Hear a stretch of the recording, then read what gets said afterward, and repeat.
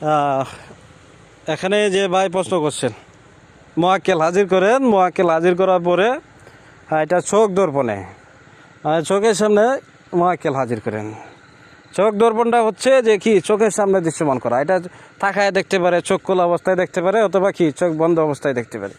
তো এখানে বিষয়টা হচ্ছে, আপনার কথা বললেন না, আমি উত্তরটা দিচ্ছি, আপনি ভালোভাবে শোনেন। আপনি প্রশ্ন করছেন, আমি উত্তর দিব। তো এখানে বিষয়টা হচ্ছে যে চোখের সামনে যখন আমরা হাজির করি, হাজির করার পরবর্তীতে এরকম আমল আছে যে আমলের মাধ্যমে কি কোনো সিফলি পরি অথবা সিফলি মোয়াক্কেল অথবা কোনো বদ জিন, খারাপ জিন, দুষ্ট জিন যাতে আসতে না পারে। কেউ আসতে পারবে না, শুধুমাত্র আপনি যারা ডাকছেন সেই আসতে পারবে, যার কাশবটা খোলা আছে। এবং ওর সাথে যে জিনগুলো আছে ওইগুলো আসতে পারবে না। এমনও কি আমল আছে যে আমল করলে কি ওই জিনগুলো আসতে পারবে না। ওর সাথে থাকা জিনগুলো কি একটা বন্ধক পড়ে যাবে, বন্ধক থাকা অবস্থায় কি আসতে পারবে না। এবং এই বন্ধকের একটা নির্দিষ্ট সময়সীমা আছে। তবে বন্ধকটা বেশিরভাগ হয় অল্প সময়ের জন্য, 5 মিনিট 10 মিনিট, হ্যাঁ, অথবা 15-20 মিনিট, এর বেশি হয় না। এই যে বন্ধকটা, এই বন্ধকটার একটা নির্দিষ্ট সময়সীমা আছে। পরবর্তীতে যদি আপনি পুনরায় বন্ধকটা দেন, তাহলে পুনরায় কি আরও 10 মিনিট 20 মিনিট আপনি পাবেন। তবে পুনরায় আপনাকে বন্ধকটা দিতে হবে, তা না হইলে কি অটোমেটিক বন্ধকটা সরে যাবে। এই ধরনের বন্ধক যদি আপনারা দিতে পারেন তাহলে কি এটা সম্ভব। আরেকটা হচ্ছে যে কি তোলারাশিরা বসায় যে কথাবার্তা বলেন, এগুলো মিলে না। মিল না পড়ার পিছনে যে কারণ, জবানের হেফাজত করা, তোলারাশি যাতে মিথ্যা কথা না বলে, তারা যাতে খারাপ কাজের সাথে না থাকে, তারা সে যাতে জবানের হেফাজত করে, সে যাতে নামাজ পড়ে, অন্ততপক্ষে যাতে আল্লাহ তাআলার পবিত্র নাম 99 নামের জিকির করে, অথবা যে কটা নাম জানে, উঠতে বসতে চলতে ফিরতে আল্লাহ তাআলাকে স্মরণ করা, আল্লাহ তাআলার পবিত্র নাম সমূহের মাধ্যমে জিকির আজগার করা। এরকম কিছু দোয়া আছে যে দোয়াগুলা কি প্রায় সময় পড়ে ফু দেওয়া। যদি জিনগত সমস্যা থাকে, জাদু বান কুপি চালানির সমস্যা থাকে, নিয়ত করে ফু দিলে কি কাজ হয়ে যাবে। জিন উল্টা ঘুরে যাবে, জাদু নষ্ট হয়ে যাবে, বান উল্টা ঘুরে যাবে অথবা নষ্ট হয়ে যাবে। এটা নিয়তের উপর নির্ভর করবে। কথা বুঝতে পারছেন? এরকম আমল আছে যে আমল ফু দিলে জিনগুলা ফিরে যাবে, শরীরে থাকা অবস্থায় কি বন্ধ অবস্থায় মারা যাবে, সবগুলা মারা যাবে, ফিরে সারকার হয়ে যাবে। এখন আমল আছে যে আমলের মাধ্যমে কি শরীরটা বন্ধক করে দেওয়া যায়। এমন বন্ধক দেওয়া যায় যে বন্ধক দিলে শরীরের ভিতরে জিন থাকলে জিন ফিরে যাবে।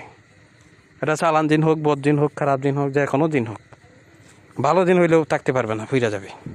দাদা বুঝতে পারছেন? তো এখানে যে আমলটা চাইছেন, যে বিষয়টা বলছেন, এটা হচ্ছে আমল। আমলের মাধ্যমে আপনি করতে পারবেন। আমলটা আমি অন্য একদিন দিব, আজকে দিব না। আপনি আমলটা চাইছেন, আপনারা দিব, তবে অন্য একদিন আমি আমলটা দিব। আমি একটু কথাবার্তা বলে দেখি যে এখানে ছাত্র যারা আছে কীরকম, কতটুকু ভালো ছাত্র। হ্যাঁ, তারা দেখে গেছে যে ছাত্র প্রত্যেকের দেওয়া যায় না আমল। আমল দিলে এরকম কিছু আমল আছে যে আমলগুলা দিলে কি, হ্যাঁ, এই আমলগুলা দিলে দেখা গেছে এই আমলের কিছু জাকাত আছে, আদব আছে, নিয়ম আছে, এগুলো যদি পালন করতে পারে তাহলে কি এই আমলটা 100 কাজ করবে। আর আমলের আদব নিয়মকানুন যদি মানতে না পারেন তাহলে কি এই আমলে কোনো কাজ হবে না। পরবর্তীতে উল্টা বলবেন যে হুজুর আমল দিচ্ছেন কিন্তু আমল কাজ হয় নাই। যেমন আজকে আমি এক আমল নিছি, যে আমলের মাধ্যমে আমার গার্জিয়ান যিনি আছেন আমার আমল দিচ্ছেন, এক আমলের মাধ্যমে 40টা কাজ করা যায়। এক আমলের মাধ্যমে 40টা কাজ করা যায়। তো এখন এই যে এক আমলের মাধ্যমে 40টা কাজ করা যায়, আমার আমল দিচ্ছেন, আমি আমল করছি, কোনো কাজ হয় নাই। পরবর্তীতে আমার গার্জিয়ান যিনি আছিলেন উনি বলতেছেন যে কি আমলটা কাজ না করার পিছনে অবশ্যই কারণ আছে। কারণটা কি? কারণটা হচ্ছে যে তাওবা করতে হবে, তাওবার পরে দুরূদ পড়তে হবে, আউযুবিল্লাহ বিসমিল্লাহ সহিত আমলটা শুরু করতে হবে, তাওবা করতে হবে, দুরূদ পড়তে হবে, দুরূদ পড়ে আমলটা করতে হবে, আমল শেষে পুনরায় দুরূদ পড়তে হবে। মানে আমলের শুরুতে এবং শেষে 2 বার দুরূদ পড়তে হবে, তখন আমলটা কার্যকর হবে। পরবর্তীতে আমি আমল করছি, করার পরে 2 বার যখন আমলের শুরুতে এবং শেষে দুরূদ পড়ছি, তখন দেখি যে আলহামদুলিল্লাহ আমল কাজ করছে। তো তদ্রুপ এরকম কিছু আমল আছে যে আমলগুলো করতে গেলে কি আমলের শুরুতে এবং শেষে কিছু কি নিয়ম আছে। এবং যে ব্যক্তি আমল করে, কোনো আমলকে অবহেলা করা যাবে না। আপনার আমল দিব, যদি আপনারা নিয়মকানুন মানতে পারেন অবশ্যই কি আমলটা দিব। এটা একটা হেসারের আমল, এটা একটা বন্ধকের আমল, যে বন্ধক অথবা হেসার থাকা অবস্থায় কি কোনো বদ মহাক্কেল, সিপলি মহাক্কেল, বদ জিন, খারাপ জিন আসতে পারবে না। এটা একটা হচ্ছে 7 আসমান জমিন পাতাল পর্যন্ত কি বন্ধক হয়ে যাবে, একটা সীমানা, এই সীমানা পর্যন্ত কি বন্ধক হয়ে যাবে, কখনোই আসা সম্ভব না। আর বন্ধক যে দিয়েছেন বুঝতেই পারবেন না, যে বন্ধক দিয়েছেন বন্ধক তো কাটে লাগবে, হ্যাঁ বন্ধক কাটা যায়, কিন্তু কি বন্ধক যে দিয়েছেন ওই বুঝতেই পারবে না, ওই অন্য কাজে ব্যস্ত থাকবে, এদিকে তার কোনো খেয়াল আসবে না, তাহলে কাটবে কীভাবে? কথা বুঝতে পারছেন?